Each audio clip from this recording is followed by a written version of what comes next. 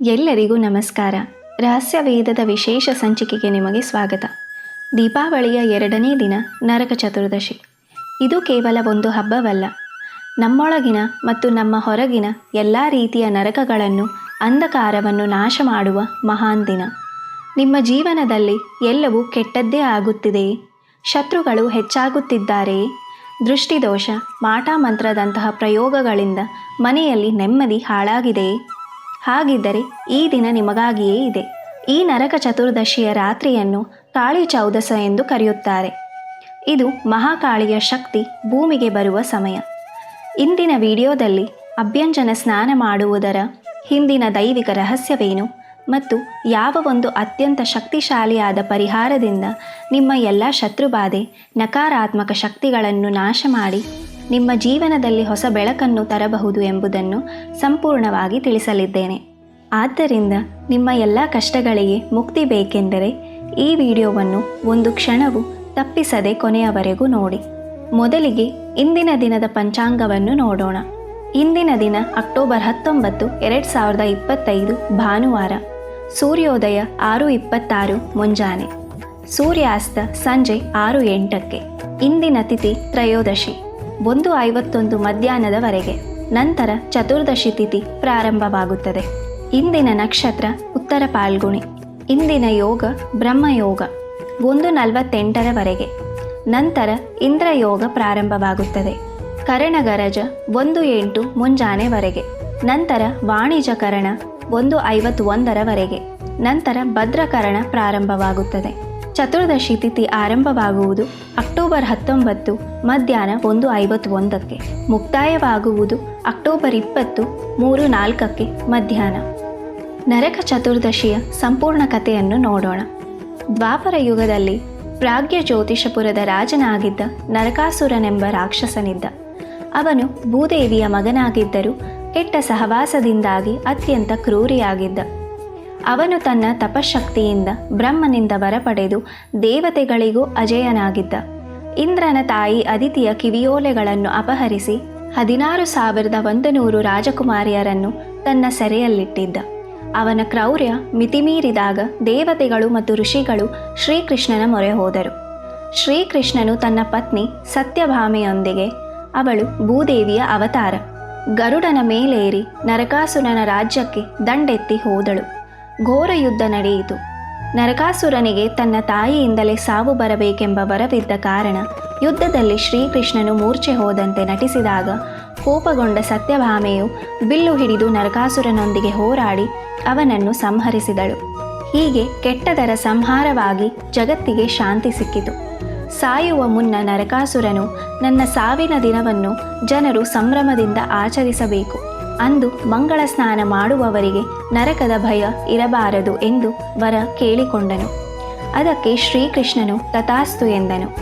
ಅಂದಿನಿಂದ ಈ ದಿನವನ್ನು ನರಕ ಚತುರ್ದಶಿ ಎಂದು ಆಚರಿಸಲಾಗುತ್ತದೆ. ಅಭ್ಯಂಜನ ಸ್ನಾನದ ರಹಸ್ಯವೇನು ಎಂದು ತಿಳಿಯೋಣ.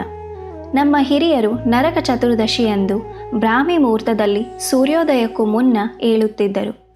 ಮನೆಯ ಸದಸ್ಯರೆಲ್ಲರಿಗೂ ಎಣ್ಣೆ ಶಾಸ್ತ್ರ ಮಾಡುತ್ತಿದ್ದರು. ಹಿರಿಯರು ಕಿರಿಯರ ತಲೆಗೆ ಎಣ್ಣೆ ಹಾಕಿ ಆರತಿ ಮಾಡುತ್ತಿದ್ದರು. ಅಭ್ಯಂಜನ ಸ್ನಾನವೆಂದರೆ ಕೇವಲ ಎಣ್ಣೆ ಹಚ್ಚಿ ಸ್ನಾನ ಮಾಡುವುದಲ್ಲ. ಇದು ಆಯುರ್ವೇದದ ಒಂದು ಚಿಕಿತ್ಸೆ.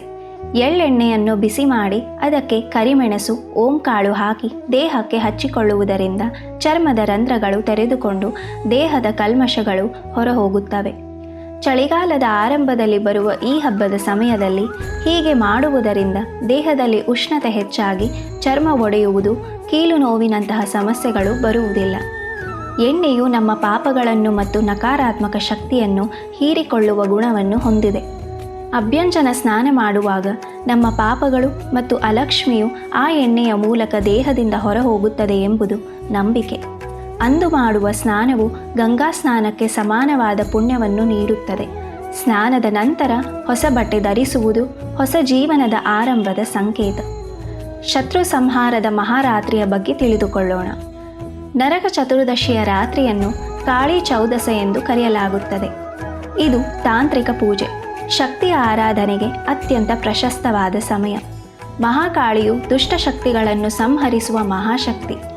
ಈ ರಾತ್ರಿ ಕಾಳಿಯನ್ನು ಪೂಜಿಸುವುದರಿಂದ ಎಂತಹದ್ದೇ ದೊಡ್ಡ ಶತ್ರುಬಾಧೆ, ದೃಷ್ಟಿದೋಷ, ಮಾಟಮಂತ್ರದ ಪ್ರಭಾವವಿದ್ದರೂ ಅದು ನಾಶವಾಗುತ್ತದೆ. ಅತ್ಯಂತ ಶಕ್ತಿಶಾಲಿ ಮತ್ತು ಪರಿಣಾಮಕಾರಿ ಪರಿಹಾರಗಳನ್ನು ನೋಡೋಣ. ಶತ್ರುಬಾಧೆ, ದೃಷ್ಟಿದೋಷ, ಮಾಟಮಂತ್ರದಂತಹ ಸಮಸ್ಯೆಗಳಿಗೆ ಅಕ್ಟೋಬರ್ 19 ರಾತ್ರಿ ಯಾವ ಪರಿಹಾರಗಳನ್ನು ಮಾಡಬೇಕೆಂದು ನೋಡೋಣ. ರಾತ್ರಿ 9 ಗಂಟೆಯ ನಂತರ ಸ್ನಾನ ಮಾಡಿ ಕಪ್ಪು ಅಥವಾ ಕೆಂಪು ಬಟ್ಟೆ ಧರಿಸಿ ದಕ್ಷಿಣ ದಿಕ್ಕಿಗೆ ಮುಖ ಮಾಡಿ ಕುಳಿತುಕೊಳ್ಳಿ. ನಿಮ್ಮ ಮುಂದೆ ಒಂದು ಮಣೆಯ ಮೇಲೆ ಕೆಂಪು ಬಟ್ಟೆ ಹಾಸಿ ಅದರ ಮೇಲೆ ಮಹಾಕಾಳಿಯ ಫೋಟೋ ಅಥವಾ ಯಂತ್ರವನ್ನು ಇಡಬೇಕು. ಒಂದು ಮಣ್ಣಿನ ದೀಪದಲ್ಲಿ ಸಾಸಿವೆ ಎಣ್ಣೆಯನ್ನು ಹಾಕಿ ದೀಪವನ್ನು ಹಚ್ಚಬೇಕು.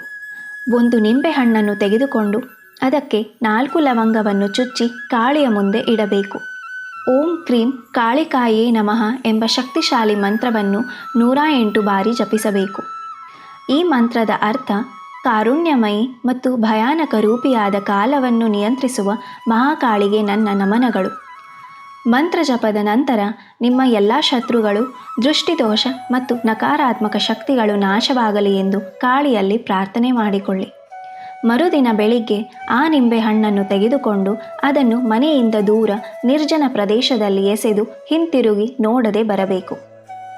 ಸರ್ವಕಷ್ಟ ನಿವಾರಕ ಅಭ್ಯಂಜನ ಸ್ನಾನ 20ನೇ ಅಕ್ಟೋಬರ್ ಬೆಳಿಗ್ಗೆ ಮಾಡಲೇಬೇಕು. ಸೂರ್ಯೋದಯಕ್ಕೆ ಮುನ್ನ ಒಂದು ಬಟ್ಟಲಿನಲ್ಲಿ ಸ್ವಲ್ಪ ಎಳ್ಳೆಣ್ಣೆ ತೆಗೆದುಕೊಂಡು ಅದಕ್ಕೆ ಒಂದು ಚಿಟಿಕೆ ಅರಿಶಿಣ ಮತ್ತು ಕೆಲವು ಕಾಳು ಕರಿಮೆಣಸನ್ನು ಹಾಕಿ ಸ್ವಲ್ಪ ಬಿಸಿ ಮಾಡಿಕೊಳ್ಳಿ. ದೇವರ ಮುಂದೆ ದೀಪ ಹಚ್ಚಿ ಆ ಎಣ್ಣೆಯನ್ನು ಇಟ್ಟು ನನ್ನ ದೇಹದಲ್ಲಿ ಮತ್ತು ಜೀವನದಲ್ಲಿರುವ ಎಲ್ಲ ನಕಾರಾತ್ಮಕ ಶಕ್ತಿ, ಪಾಪಕರ್ಮಗಳು ಮತ್ತು ಅಲಕ್ಷ್ಮಿಯು ಈ ಎಣ್ಣೆಯ ಮೂಲಕ ನಾಶವಾಗಲಿ ಎಂದು ಪ್ರಾರ್ಥನೆ ಮಾಡಿಕೊಳ್ಳಿ. ಆ ಎಣ್ಣೆಯನ್ನು ತಲೆಯಿಂದ ಪಾದದವರೆಗೆ ಹಚ್ಚಿಕೊಳ್ಳಿ. ನಂತರ ಸೀಗೆಕಾಯಿ ಪುಡಿ ಅಥವಾ ಹಿಟ್ಟನ್ನು ಬಳಸಿ ಬಿಸಿ ನೀರಿನಿಂದ ಸ್ನಾನ ಮಾಡಬೇಕು. ಸ್ನಾನ ಮಾಡುವಾಗ ಓಂ ನಮೋ ಭಗವತೆ ವಾಸುದೇವಾಯ ಎಂದು ಜಪಿಸಬೇಕು. ಸ್ನಾನದ ನಂತರ ಹಳೆಯ ಬಟ್ಟೆಯನ್ನು ಎಸೆದು ಹೊಸ ಬಟ್ಟೆಯನ್ನು ಧರಿಸಬೇಕು. ನೋಡಿದ್ರಲ್ಲ ಸ್ನೇಹಿತರೆ, ನರಕ ಚತುರ್ದಶಿಯ ಹಿಂದಿರುವ ಅದ್ಭುತವಾದ ಶಕ್ತಿ ಮತ್ತು ರಹಸ್ಯಗಳನ್ನು. ಇದು ಕೇವಲ ಒಂದು ದಿನದ ಆಚರಣೆ ಅಲ್ಲ, ನಮ್ಮ ಜೀವನದ ಎಲ್ಲ ಕತ್ತಲೆಯನ್ನು ದೂರ ಮಾಡಿ ಹೊಸ ಬೆಳಕಿನೆಡೆಗೆ ಸಾಗುವ ಒಂದು ದೈವಿಕ ಅವಕಾಶ. ಈ ಮಾಹಿತಿ ನಿಮಗೆ ಇಷ್ಟವಾಗಿದ್ದರೆ ದಯವಿಟ್ಟು ಈ ವಿಡಿಯೋವನ್ನು ಲೈಕ್ ಮಾಡಿ, ನಿಮ್ಮ ಪ್ರೀತಿ ಪಾತ್ರರಿಗೂ ಶೇರ್ ಮಾಡಿ. ಅವರ ಜೀವನದ ಕಷ್ಟಗಳು ದೂರವಾಗಲಿ. ನಮ್ಮ ರಹಸ್ಯ ವೇದದ ಚಾನೆಲ್ಗೆ ಸಬ್ಸ್ಕ್ರೈಬ್ ಮಾಡಲು ಮರೆಯಬೇಡಿ.